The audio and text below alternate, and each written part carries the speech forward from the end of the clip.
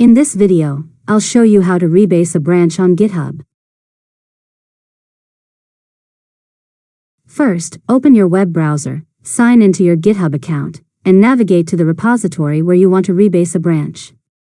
Next, click the Pull Requests tab and open the pull request for the branch you want to update. GitHub will show you the current status of the pull request and whether it's ready to be merged. Now, if the repository has Rebase merging enabled and there are no conflicts, click the drop-down arrow next to the Merge button and select Rebase and Merge. This option reapplies your branch's commits on top of the target branch, creating a cleaner commit history. After that, review the information one last time and click Confirm Rebase and Merge to complete the process.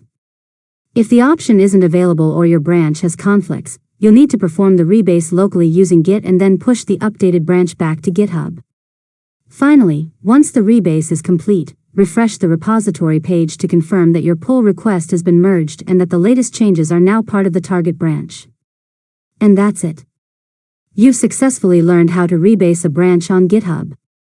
If you found this tutorial helpful, make sure to subscribe to Learn Mode Lab for more tutorials.